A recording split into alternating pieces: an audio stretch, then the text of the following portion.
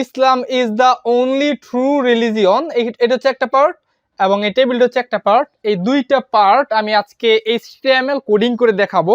আসসালামু আলাইকুম প্রিয় আইসিটি শিক্ষার্থীরা, আশা করি সবাই অনেক ভালো আছো। HTML এর দ্বিতীয় ক্লাসে সবাইকে স্বাগতম। এই ক্লাসটা ছিল HTML এর প্রথম ক্লাস, যেটা ফাউন্ডেশন ক্লাস। এইখানে HTML এর একদম গোড়া থেকে খুবই সুন্দরভাবে বোঝানো হয়েছে।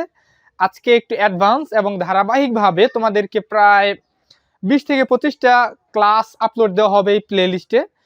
এই ক্লাসগুলি যদি তুমি দেখো, তোমার HTML কোডিংয়ের আশা করি কোনো সমস্যাই থাকবে না। তো আজকের ক্লাসটা শুরু করা যাক। আর এই ক্লাসটা কিন্তু খুবই গুরুত্বপূর্ণ ছিল। যারা এই ক্লাসটা মিস করেছো তারা কিন্তু অবশ্যই এই ক্লাসটা দেখে আসবে। তো আজকে আমি যে বিষয়টা কোডিং করাবো সেইটা আমি ঝটপট বোর্ডে উঠিয়ে নেই। এইখানে আমি দুইটা অপশন উঠিয়েছি। Islam is the only true religion, এটা হচ্ছে একটা পার্ট এবং এই টেবিলটা হচ্ছে একটা পার্ট। এই দুইটা পার্ট আমি আজকে HTML কোডিং করে দেখাবো। ঠিক পরীক্ষার খাতায় তুমি কিভাবে স্টার্ট করবে ওইভাবে। ধরো আমি প্রথমটা করতে চাচ্ছি, এই প্রথমটা কিভাবে করবে। প্রথমে আমরা HTML যেহেতু করতে চাচ্ছি, অ্যান্সার দেওয়ার পর HTML দিয়ে স্টার্ট করব। ট্যাগ চিহ্নের ভেতরে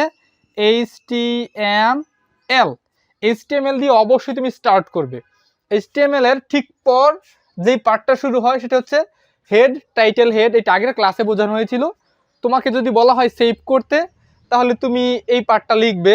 যদি কিছু না বলে তাহলে এটা অপশনাল, তুমি চাইলে লিখতে পারো, না চাইলে নাও লিখতে পারো। যেহেতু প্রথম ক্লাস তাই আমি এটা লিখে দিচ্ছি। ধরো আমি এটাকে একটা নামে সেভ করব আমার পছন্দ মতো, তাহলে প্রথমে লিখবো হেড, HEAD, হেড। হেডের ঠিক পর হবে টাইটেল, TITLE, টাইটেল। টাইটেলের মধ্যে তুমি কি নামে সেভ করতে চাও। ধরো আমি এটাকে সেভ করতে চাই মাই রিলিজিয়ন নামে, তাহলে আমি এখানে লিখতে পারি মাই রিলিজিয়ন, লিখলাম। এই নামটা যদি সেভ করতে চাই এই নামটা লিখবো। টাইটেল শুরু করেছিলাম, এখানে শেষ করলাম TITLE, ঠিক এই পার্টটা। এরপরে হেডটা শেষ করব, শেষ করলাম HEAD, ক্লোজিং ট্যাগের মাধ্যমে হেডটা শেষ করলাম। তাহলে আমার এই যে এই কোডিংটা মাই রিলিজিয়ন নামে সেভ হবে। এরপরে কি শুরু করব, লাস্ট ক্লাসেই কিন্তু শেখানো হয়েছিল। এরপরে ঠিক শুরু হয় বডি, তাহলে বডি শুরু করি। এখানে আমি বডি শুরু করলাম BODY। বডির পরে কি HTML এর মূল কোডিং, আমার মূল কোডিংটা হচ্ছে এইটা, তাহলে এই কোডিংটা শুরু করব। আর এইটা হচ্ছে একটা প্যারাগ্রাফ টাইপের, টাইপটা কিন্তু প্যারাগ্রাফ, তাই আমরা পি ট্যাগ দিয়ে শুরু করতে পারি। এখানে শুরু করলাম পি ট্যাগ দিয়ে। এরপর এটা লিখে দেয় Islam is the only, ONLY, only. একটা বিষয় এখানে লক্ষ্য করলে তুমি দেখতে পাবে, এই অনলি লেখার ঠিক পরে ট্রু রিলিজিয়ন এই লেখাটাই বরাবর না এসে নিচে ভেঙে চলে আসছে।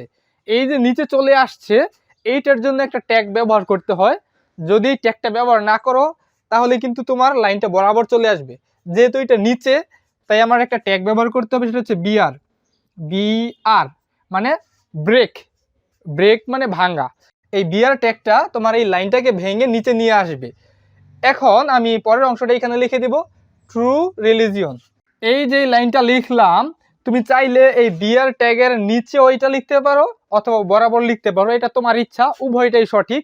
এখন এখানে পি ট্যাগ শুরু করেছিলাম, আমার পি ট্যাগটাকে শেষ করতে হবে। এটা আমি এইখানে শেষ করলে হবে অথবা এইখানে, আমার ইচ্ছা। আমার এইখানে যেহেতু জায়গা আছে তাই পি ট্যাগটাকে এইখানে শেষ করলাম।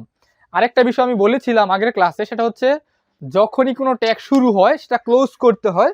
যেমন পি শুরু করেছি, পি শেষ করেছি, এইখানে হেড শুরু করেছি, হেড শেষ করেছি, বডি শুরু করেছি, বডি একটু পরে শেষ হবে, ঠিক এইটার মতো। কিন্তু এই বিয়ার ট্যাগ যেটা ভাঙে, এটার কোনো ক্লোজিং ট্যাগ নেই, এটা জাস্ট শুরু হবে, কোনো শেষ হবে না। তো আমাদের যেহেতু আমার মূল কোডিংটা শেষ, প্যারাগ্রাফ শেষ, এইখানে এই যে ডট ডটগুলো হচ্ছে মূল কোডিং। যেহেতু আমার মূল কোডিং শেষ, মূল কোডিংয়ের নিচে হয় কি বডিকে ক্লোজ করতে হয়, তাই বডি শুরু করেছিলাম, ক্লোজ করলাম BODY, বডি। বডি শেষ হওয়ার পর আমাদেরকে ক্লোজ করতে হবে HTML, কারণ আমার সম্পূর্ণ কাজ শেষ হয়ে গেছে। ক্লোজ HTML, এই যে HTMLটা শেষ করলাম, এইখানে শুরু করেছিলাম HTML ক্লোজ।